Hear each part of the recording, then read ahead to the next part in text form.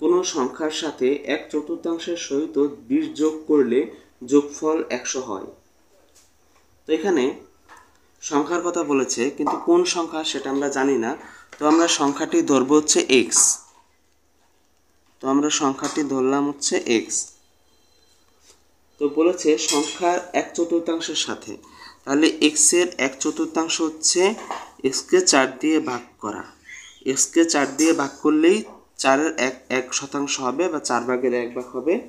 এর সাথে 20 যোগ করলে ফলাফল হবে 100। এখানে আমরা 100 কেন লিখলাম? সমান সমান 100 লিখলাম এই জন্য যে এইটা সমাধান করলে আমরা এই 100 মতোই উত্তর পাবো। তাহলে সুতরাং এই দুই পাশেই একই পরিমাণ আছে সংখ্যা, তাই আমরা এভাবে সমীকরণ আকারে লিখতে পারি।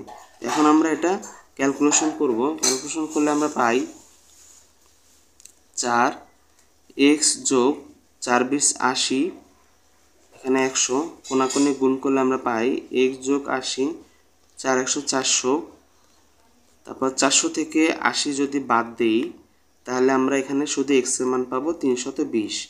এখানে আমরা লিখেছিলাম সংখ্যাটি হচ্ছে x এবং x এর মান পেলাম আমরা 320। তো এই 320ই হচ্ছে এই প্রশ্নের উত্তর।